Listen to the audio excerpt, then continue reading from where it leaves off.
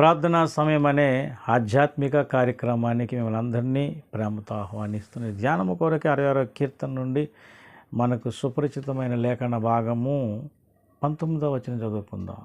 19వ చరణం 66వ కీర్తన. నిత్యముగా దేవుడు నా మనం అంగీకరించి ఉన్నాడు, ఆయన నా విజ్ఞాపన ఆలకించి ఉన్నాడు.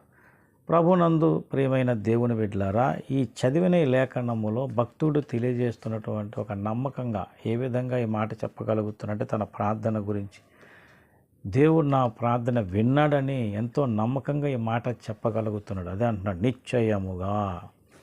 కాబట్టి భక్తుడు చేసిన ఈ ప్రార్థనలో దేవుడు విన్నాడని నమ్ముతూ తెలిసిన ఈ మాటను మనం గమనిస్తే మన ఆత్మీయ జీవితానికి ఈ విషయం ఎంతో ముఖ్యమైనది. ఎందుకంటే మనము ప్రార్థన చేసి అలవాటు కలిగిన వాళ్ళం, మనందరము ప్రార్థన చేస్తాం. అది మన క్రైస్తవ జీవితంలో మనకున్న గొప్ప వరము ప్రార్థన. అయితే మన ప్రార్థన జీవితాన్ని స్థిరపరుచుకొనుటలో, బలపరుచుకొనుటలో, ఇలా నమ్మకంగా చెప్పగలుగుటలో మనకు ఇదే అనుభవం కలిగి ఉండాలంటే ఈ భక్తుడు ఇలా చెప్పడానికి కారణం ఏమిటని ఆలోచన చేస్తే 18వ చరణంలో ఈ మాట కనబడుతుంది. ఈ మాట, నా హృదయములో నేను పాపమును లక్ష్యము చేసిన ఎడలా నా ప్రభు నా మన వినకపోవును. అంటే పాపము లక్ష్యము చేస్తే హృదయములో ప్రభు మన వినడు అనే విషయాన్ని ఇక్కడ ప్రస్తావించాడు భక్తుడు. మరి హృదయంలో పాపాన్ని లక్ష్యము చేయకుండా హృదయాన్ని దేవుని వాక్యంతో నింపుకొని మనసు దేవునితో తిరుపుకొని ఉంటే, అంటే పాపము లక్ష్యం చేయకుండా ఉన్నట్లయితే దేవుడు తప్పకుండా మనవి ఆలకిస్తాడు. అంటే ఇప్పుడు మరి 18వ చరణంలో ఈ మాట చెప్పగానే తర్వాత వెంటనే 19వ చరణంలో ఏమంటున్నాడు, నిశ్చయముగా దేవుడు నా మనం అంగీకరించి ఉన్నాడు, అంగీకరిస్తాడు కాదు, అంగీకరించి ఉన్నాడు అని చెప్తున్నాడు. కనుక ఇప్పుడు అంటే భక్తుడైనటువంటి దావీదు ఇక్కడ తెలియజేస్తున్నటువంటి ఈ మాటను మనం చూసినట్లయితే ఎంత నమ్మకంగా తన ప్రార్థన జీవితం గురించి చెప్పుకోగలిగాడో, దేవుడు విన్నాడు అని ఇలా చెప్పగలిగాడు. నీవు నేను అలా చెప్పగలిగేటట్లు మన ప్రార్థన జీవితాన్ని కలిగి ఉండాలంటే, కట్టుకొని ఉండాలంటే మన హృదయంలో కూడా పాపం పట్ల అసహ్యం ఉండాలి, కానీ లక్ష్యం ఉండాలంటే దాని మీద మనసు పెట్టకూడదు. పాపాన్ని అసహించుకోగలిగిన స్థితి మనకు ఉన్నప్పుడు, పాపం పట్ల అసహ్యం కలిగిన పరిస్థితి మనకు ఉన్నప్పుడు, ఏమండి పాపం అంటే ఇష్టము లేని పరిస్థితి మనం కలిగి మొరపెట్టినప్పుడు తప్పకుండా దేవుడు మన వింటాడు.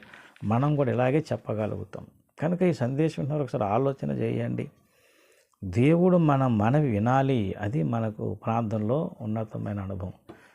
ప్రార్థనలో ఒక నమ్మకం ఏంటంటే, నాకు జవాబు దయచేయాలి దేవుడు. మరి దేవుడు దయచేశాడు అని ఎప్పుడు చెప్పగలం అంటే, తప్పకుండా ఈ భక్తుని అనుభవంలోనికి మనం రాగలిగినప్పుడు. ఏది, నా హృదయములో నేను పాపమును లక్ష్యము చేసినలా నా మనవి ప్రభు నా మన వినకపోవును అన్నాడు. మరి వినకపోవును అన్న వెంటనే నా ప్రార్థన విన్నాడు ఎలా చెప్పగలడంటే, అంటే భక్తుని హృదయములో పాపము పట్ల లక్ష్యము చేయలేదు గనక దేవుడు విన్నాడు అని చెప్పగలిగాడు. ఈరోజు మనం కూడా అలా చెప్పగలగాలి అంటే మన హృదయం దేవుని వాక్యముతో నింపుకునేటట్లు, మన ఆలోచన దేవుని తట్టే తిప్పుకొని ఉండగలిగేటట్లు మనం జాగ్రత్త పడగలిగితే మనం ఇదే మాట చెప్పగలం. ప్రభు నా మనవి విన్నాడు, ప్రభు నా ప్రార్థన ఆలకించాడు, ప్రభు నా ప్రార్థన అంగీకరించాడు, నా విజ్ఞాపన ఆలకించాడని భక్తునిలాగా మనం చెప్పగలం. అలా చెప్పుడు ద్వారానే కాదు, ఆ అనుభవంలోనికి మనం వెళ్ళగలుగుతాం. ఏమండి, కాబట్టి ఈ రోజున ఈ సందేశం ఉంటున్నవారు ఒకసారి ఆలోచించండి. ప్రార్థన చేస్తాము, ఇది మనకు అలవాటు.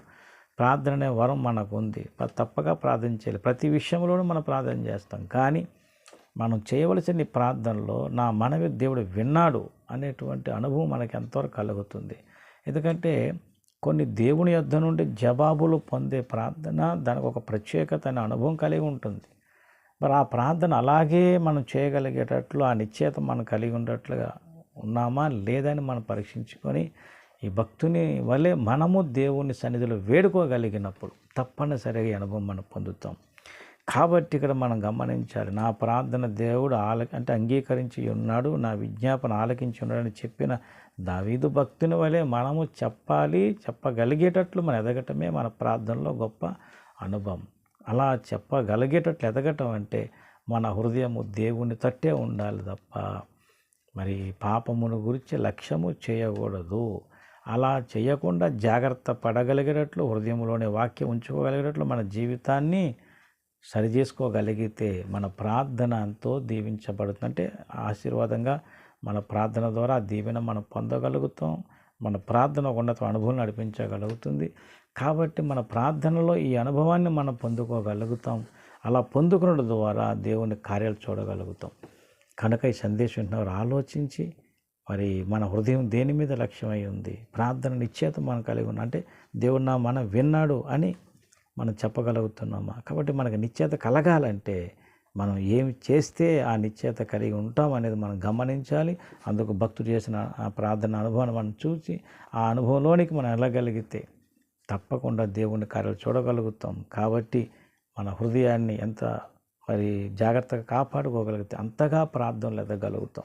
ఎంతగా ప్రార్థన అంతగా దేవుని కార్యాలు చూడగలుగుతాం, దేవుణ్ణి మహిమపరచగలుగుతాం. కాబట్టి ఈ సందేశం వింటున్నవారు అలాగున మరి మన హృదయాన్ని పరీక్షించుకొని దేవునికి అంగీకారమైన ప్రార్థన చేయగలిగినట్లు, మన ప్రార్థన నిత్యత పొందగలిగినట్లు దేవుని సహాయం కోరుతున్నాం. ఇలాంటి కృప మీకు నాకు అందరికీ దయచేయను కనుక ఆమేన్. ప్రార్థన చేద్దాం. పరిశుద్ధుడైన మా తండ్రి, సర్వాధికారి, ఈ సందేశం నాలో మాలో ఫలింపజేసి మహిమయు ఘనతయు ప్రభావాలు మీరే పొందమని యేసయ్య పరిశుద్ధ నామముని ప్రార్థన వేడుకుంటున్నాను తండ్రి. ఆమేన్. అందరికీ వందనములు. దేవుడు మిమ్మల్ని దీవించి ఆశీర్వదించును గాక. ఆమేన్.